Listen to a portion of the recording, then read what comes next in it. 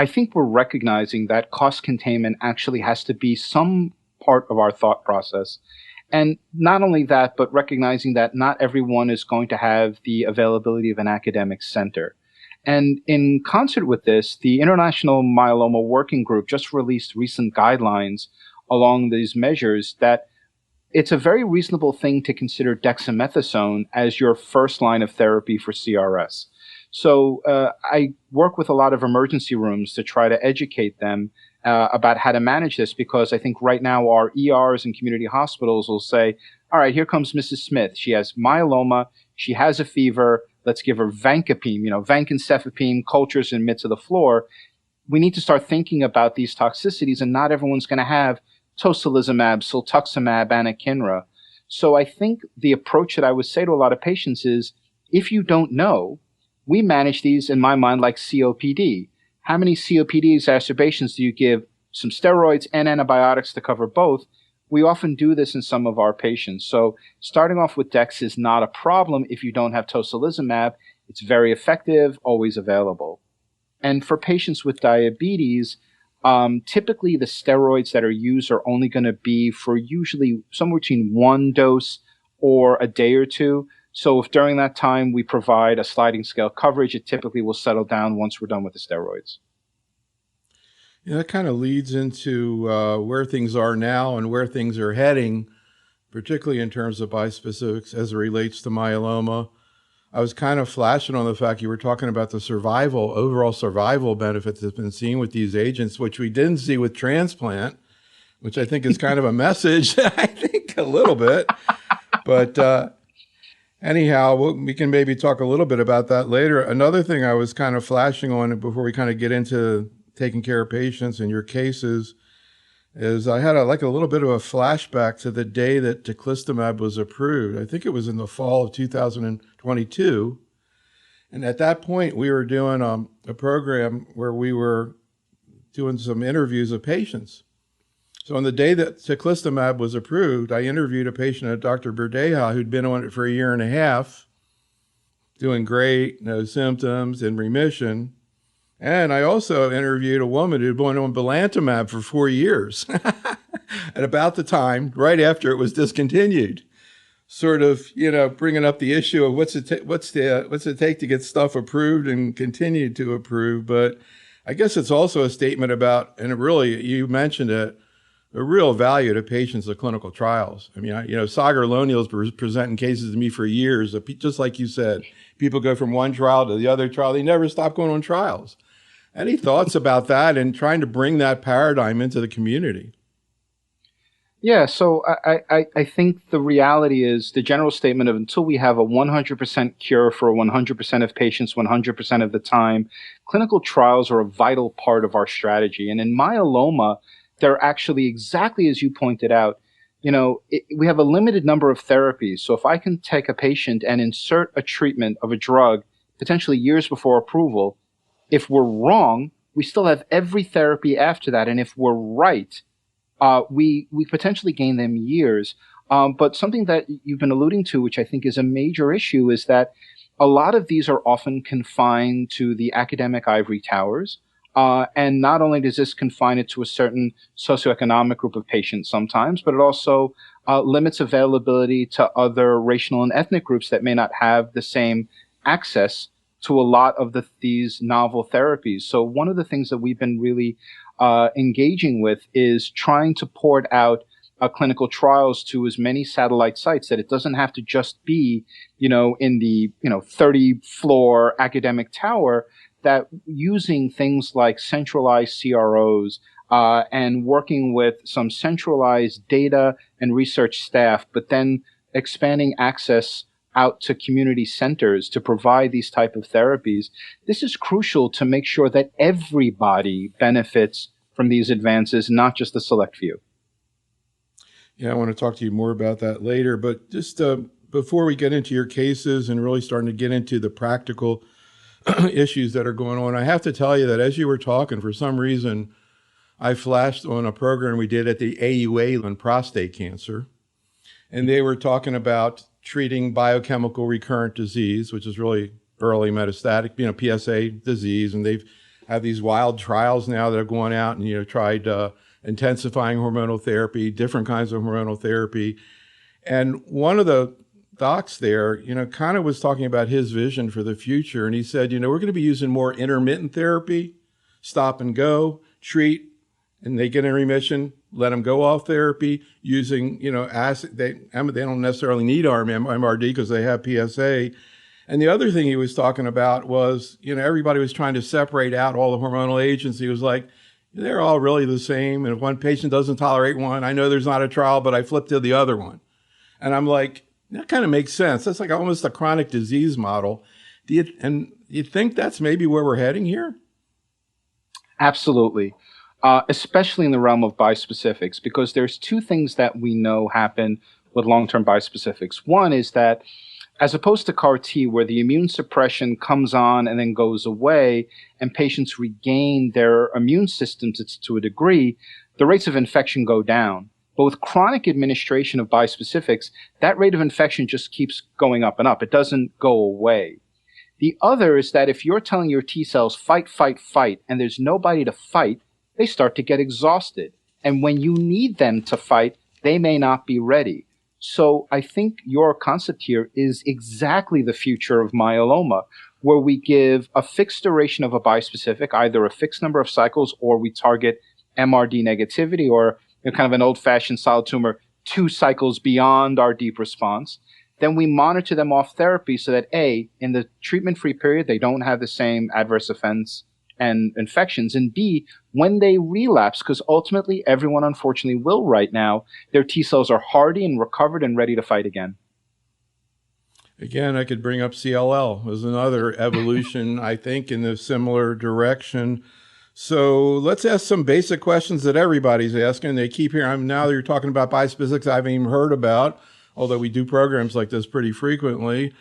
So I guess the first question everybody wants to know is, it's always tough to compare things indirectly, but any sense about whether any of these is more effective? So I think right now we group the BCMAs and the non-BCMAs a little bit separately. So we have elranatamab and teclistamab, which seem to be very, very similar. I don't think we have an inclination as to which one is better.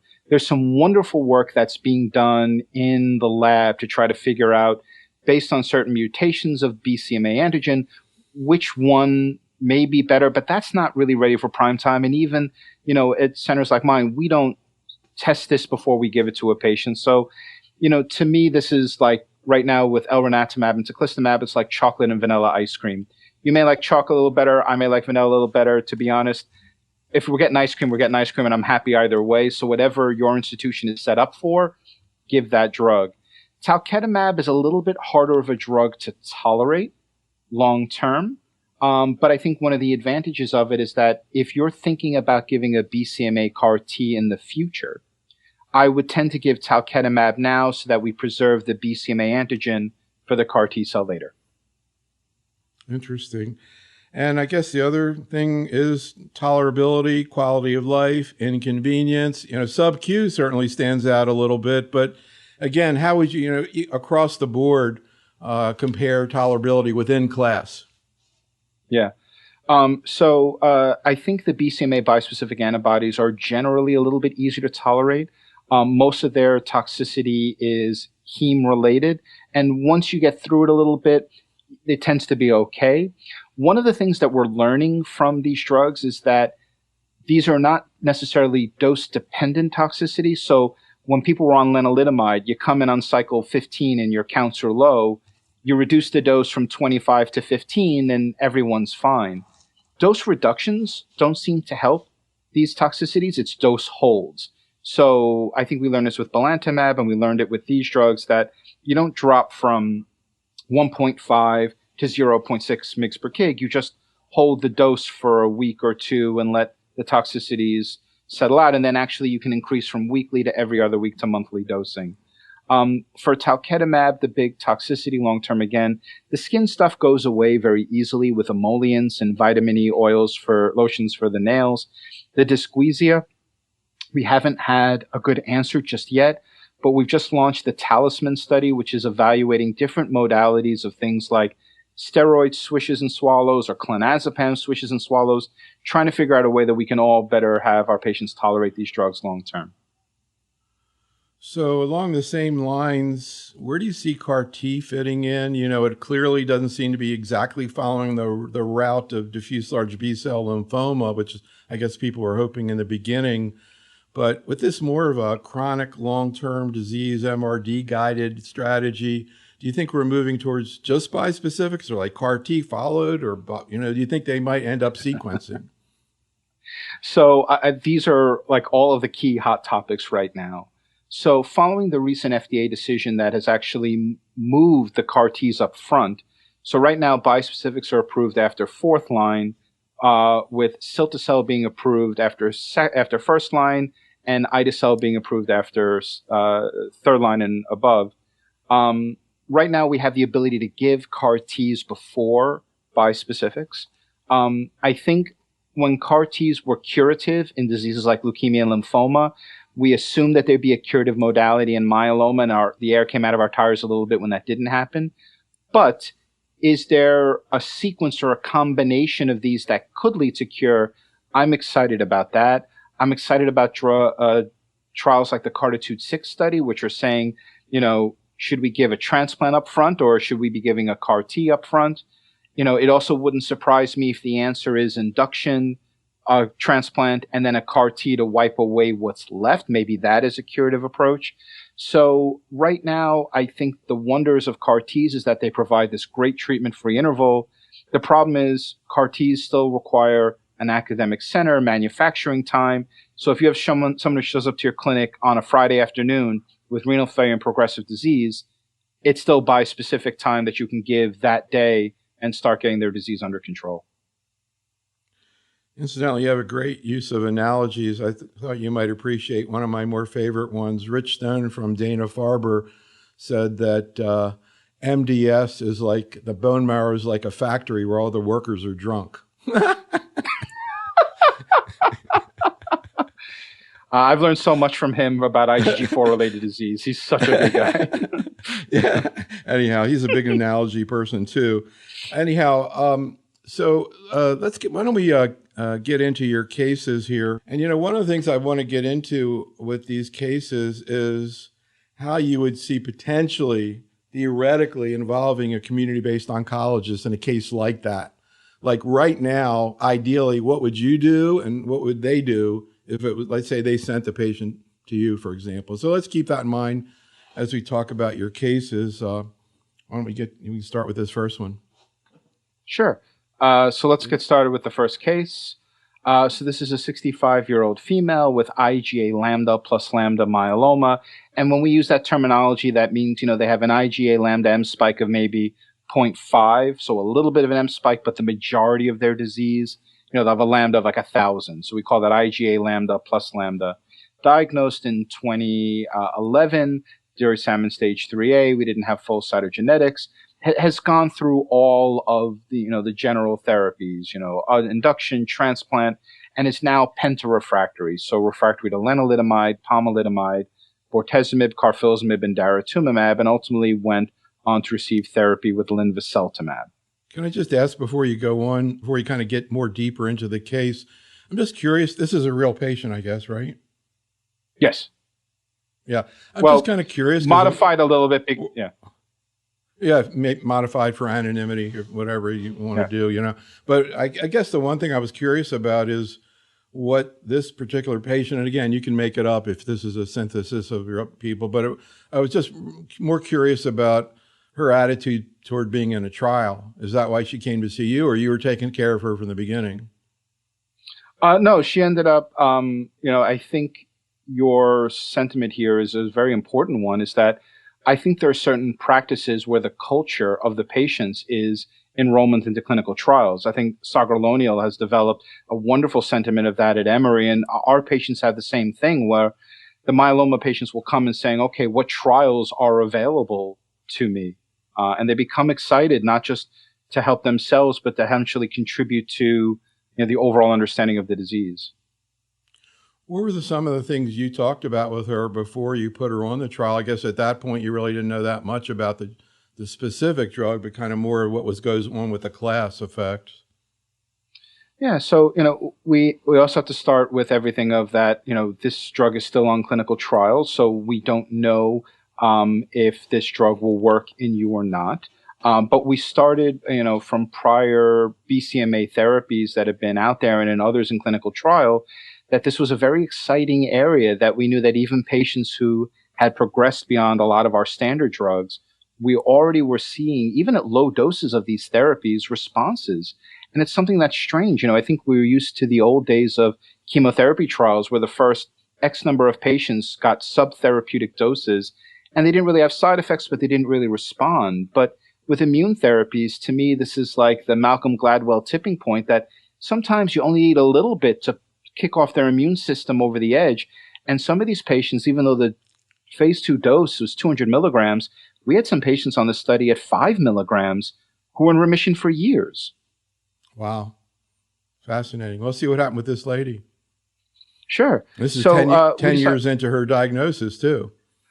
Yeah, right? So 10 years into her diagnosis.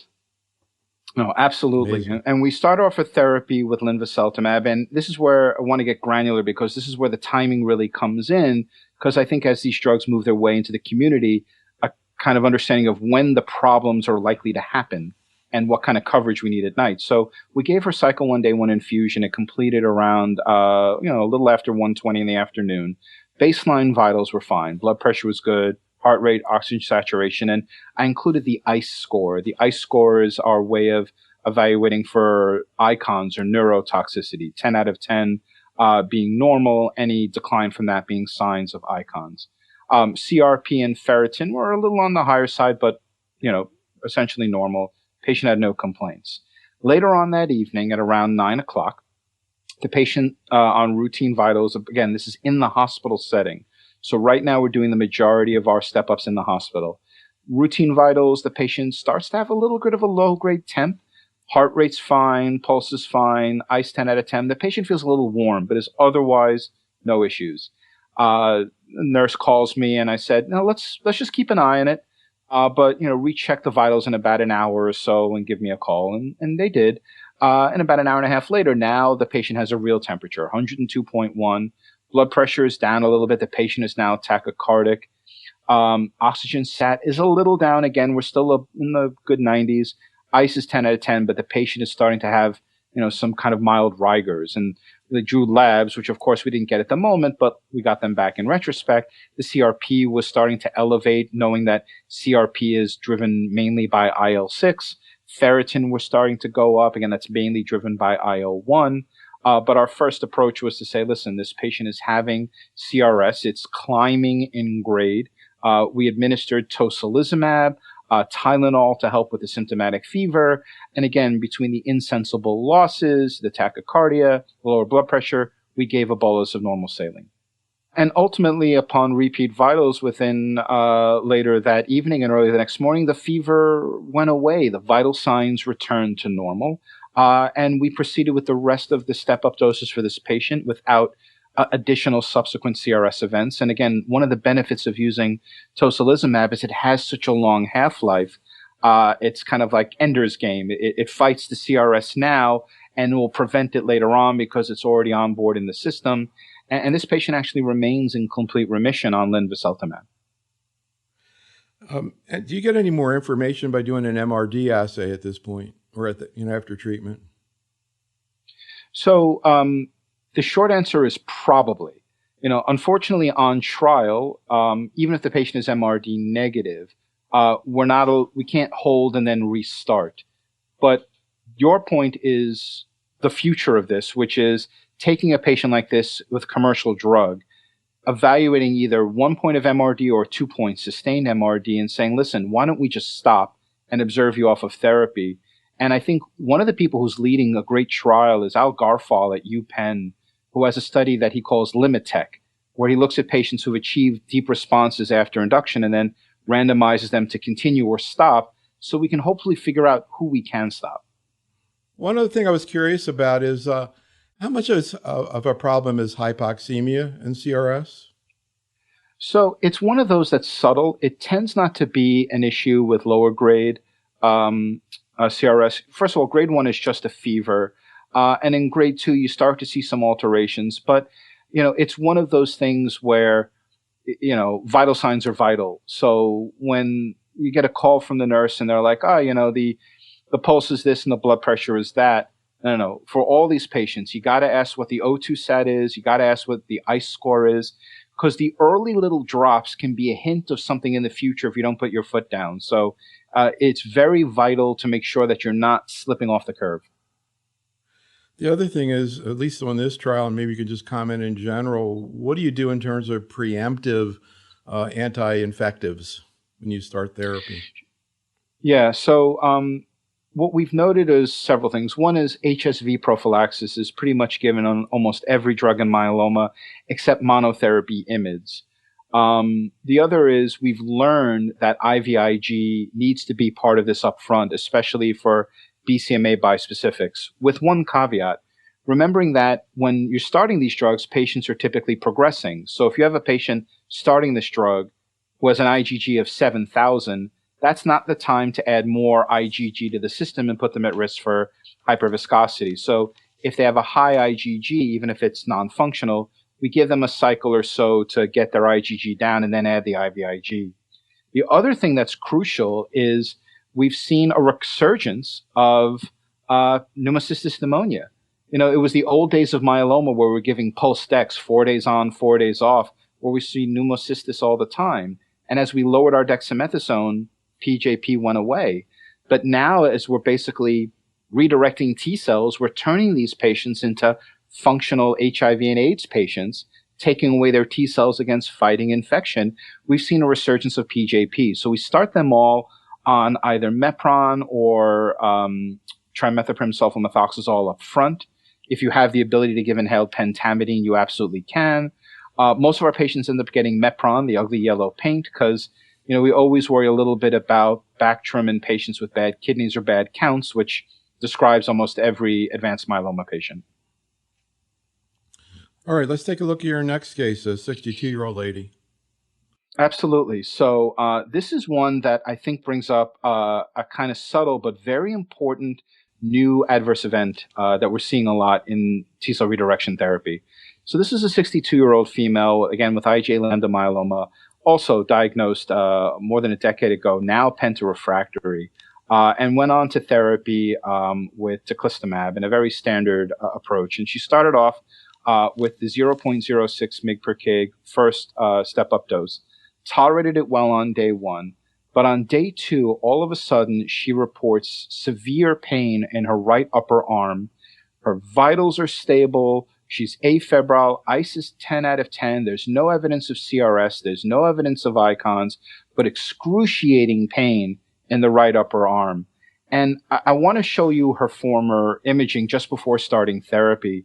And if you look in her right shoulder, the proximal right humerus, you can see this FDG avid mass, basically an in situ plasmacytoma. And one of the things that we've started to recognize is tumor flare has become a major issue. And the concept is that's an area that, let's say, is a focal area in the marrow that's 80% filled with plasma cells. Now you activate all these T cells that rush into the area, fill the tumor that's now expanding and pressing on the inside of the bone. And this almost is like the litmus test of where do you have myelomatous infiltration in your body? Because where there's T cells go, they'll expand the area, and we're starting to see pain and tumor flare. So we diagnosed her as having tumor flare, and the treatment of this is to give steroids. We gave her a dose of dexamethasone, and literally within a few hours, the pain goes away. And it's important to recognize this because I think our first jump is to give some type of opioid-based narcotic. But the answer here is not to give escalating doses of morphine or Dilaudid, but to quiet down the focal inflammation, which we did. Once it quieted down on day 3, we were able to give the next step-up dose. And this patient, again, this time had pain, but in the setting of fever. Temperature to 102.1, was tachycardic, sitting well on room air, had some pain. It wasn't as bad as before, but was clearly developing some component of CRS. And this was a case where I decided to shoot with both barrels. So we gave the tocilizumab for the CRS and the dexamethasone to do double duty, to do the duty of helping to treat the non-IL-6 driven CRS and to help with some of the recurrent pain in the arm before it got too bad.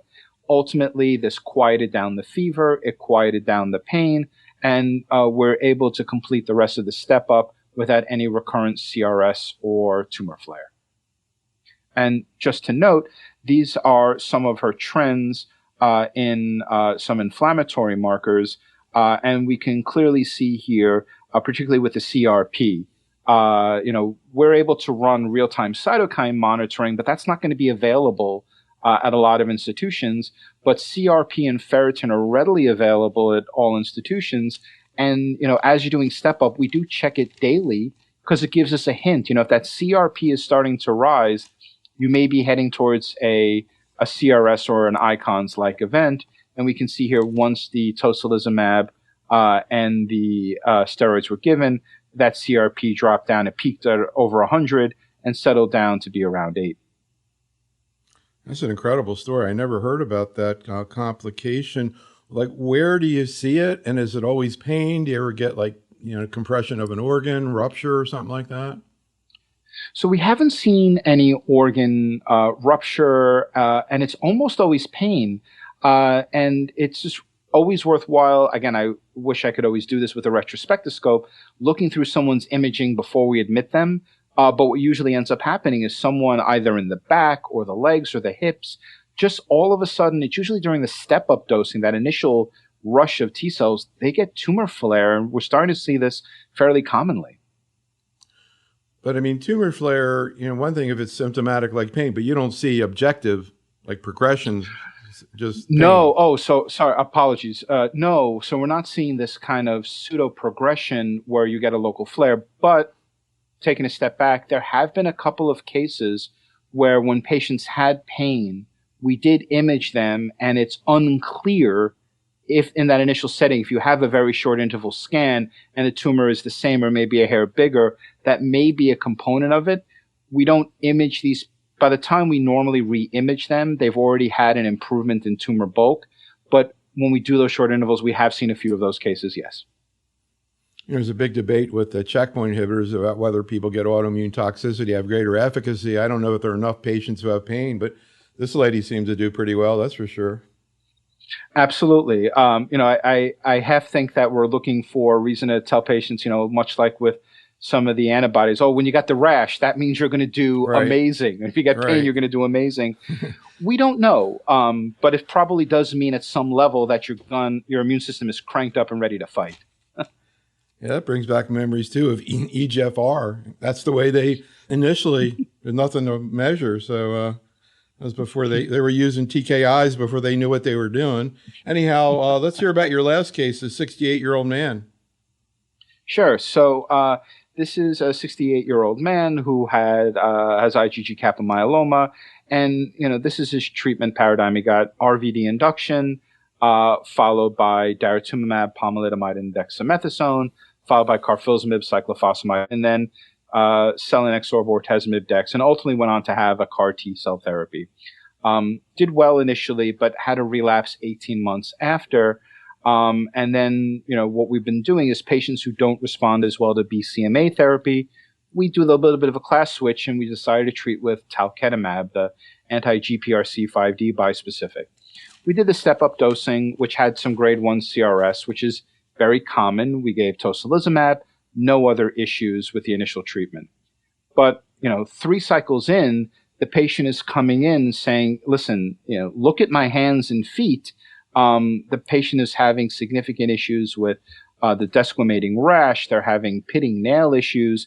And the dysgeusia, listen, I think you can only see me from here up. I would like to lose 10 pounds, but when you're going through this and not able to eat, this was very distressing to the patient. Food didn't taste right, couldn't eat.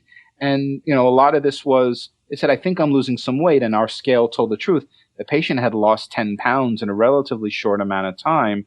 So dysgeusia was really a big issue. And interestingly enough, in the CTCAE, there is no grade 3 or 4 dysgeusia. So, this all gets marked in the trials as grade 1 and grade 2 because there is no such thing as a grade 3 or 4. But you can have a life-altering grade 1 or grade 2. I had a patient on the initial trial that lost a third of his body weight on this drug. So it can be a real issue. So again, one of the issues that we've noted is that dropping the dose itself, going from 800 to 400 or 400 to 100, that doesn't seem to improve the tolerability. What really seems to do it is stretching out the dose interval. You mentioned belantamab, and that's what we learned from belantamab, that going from 2.5 to 1.5 didn't fix it the way lenalidomide going from 25 to 15 did.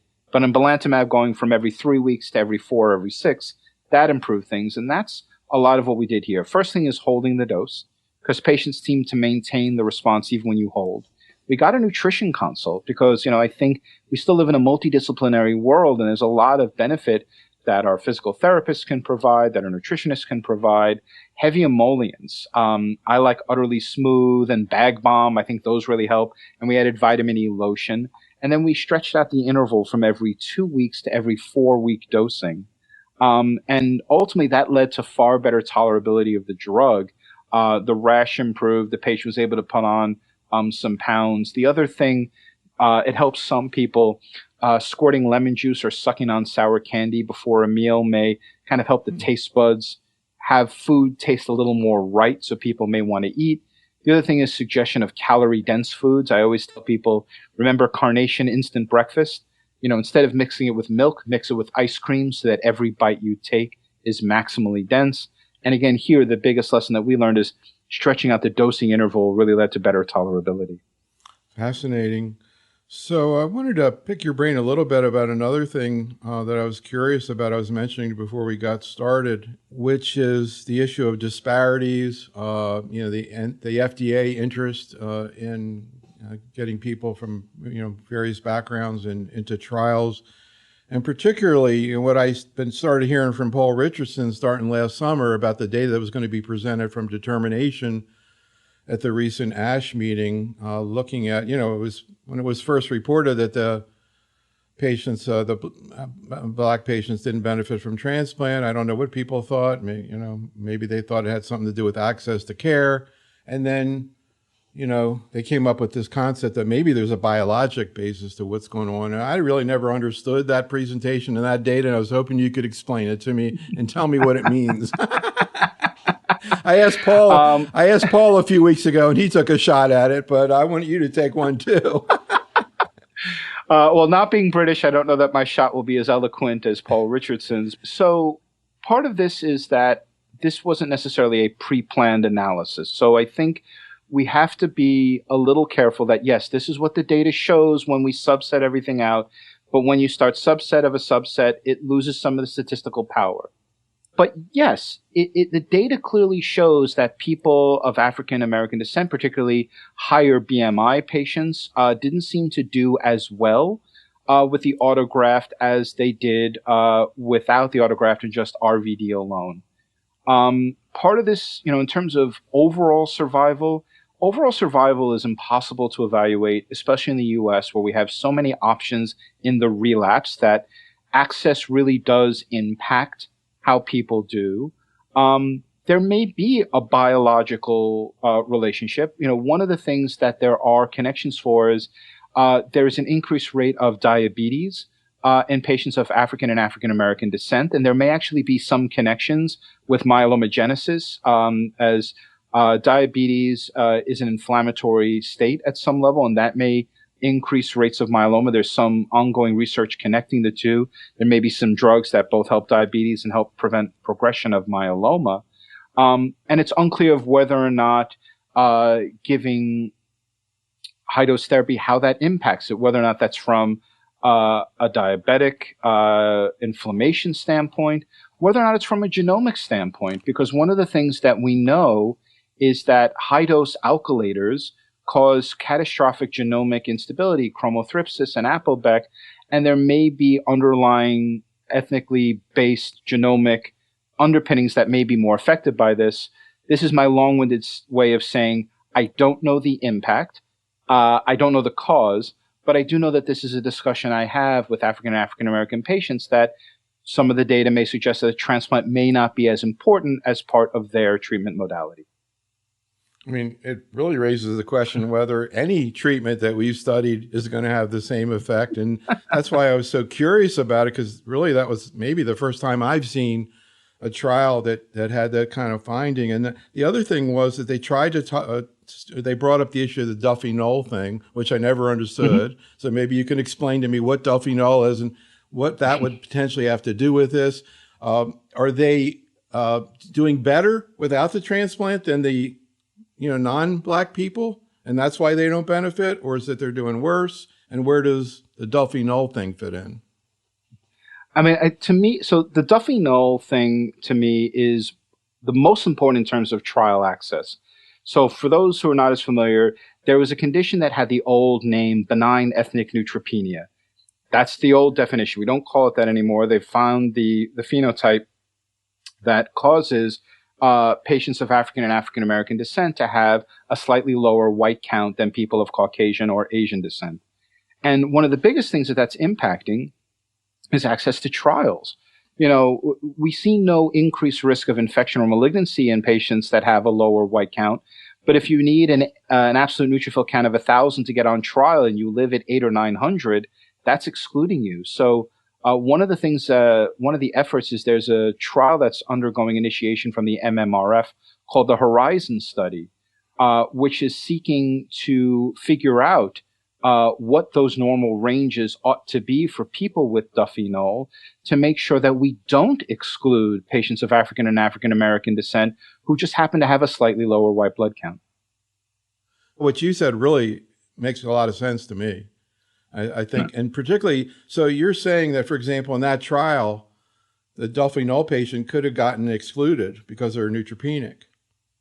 Absolutely. And that's one of the reasons why, despite the fact that myeloma is the most common heme malignancy in African American patients, African and African American patients seem to continue to represent, in general, fewer than 10% of most clinical trials in myeloma, because not to mention part of this is access, but the other part is some patients are excluded because of Duffy Null status and not fitting an arbitrary absolute neutrophil count to gain entrance. Yeah, I was asking him how he managed to get 19%, or how they managed to get 19% of their patients African American, and I loved his answer, which was that we tried to get African American oncologists to participate in the trial. Makes a lot of sense, and probably same thing would apply to Hispanic people, et cetera. So one final thing I just wanted to run by you along the lines of, I don't know, just weird thoughts. I'm curious what you think about. You were talking about inflammation in general as an entity. And I just wanted to share with you an experience I had a couple of weeks ago with Ruben Mesa of myelofibrosis fame. And we were doing a program on myelofibrosis, and he was talking about a couple of negative trials at ASH that didn't improve symptoms compared to ruxolitinib, right? And then I said, well, what about the trial you did looking at Mediterranean diet, randomized? And they showed a difference in myelofibrosis symptoms with that. Now, I'm not, it was a small trial, but he called it a non-inflammatory diet. It's plant-based, very little fat and meats, et cetera. Any thoughts about whether diet might have some impact on myeloma? Sure. So I will give credit to Urvi Shah, who's over at Sloan Kettering. She has her Nutrivention trials, which are looking into whether or not, what the impact of dietary changes are in terms of the inflammasome and in terms of how this affects gammopathies. In my mind, I think that by the time you develop full-blown myeloma, changing diet is likely to represent a small component of your outcome relative to the therapies that we choose. However, patients with precursor disorders like MGUS and smoldering, weight loss or less inflammatory diets may have an impact in terms of those rates of progression. Because remember, as a long game, you don't need to change the rates that much to push that rate of progression past your survival. So, I always tell people, if I was diagnosed with smoldering myeloma tomorrow, here's the things that I would do. One is I would increase my turmeric and curcumic uptake. I would do that by ordering Indian food and eating lots of samosas because they're delicious.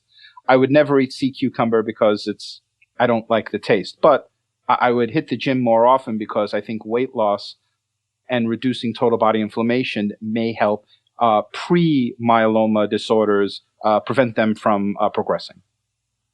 It's really interesting. I guess the thing I was also thinking about was not so much slowing the progression of disease, but maybe having an impact on, some symptomatology. For example, even CRS, maybe. I don't know. No, listen, I think one of the things that we've learned is that, we used to, just like pregnancy, we used to tell, pregnant women, we eat whatever you want. And now the message is, no, you train for it like you train for a marathon.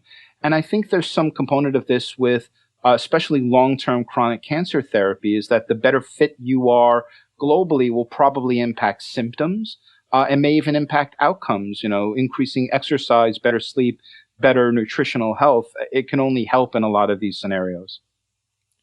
Are there trials looking, at the earlier stage disease, looking at lifestyle interventions out there?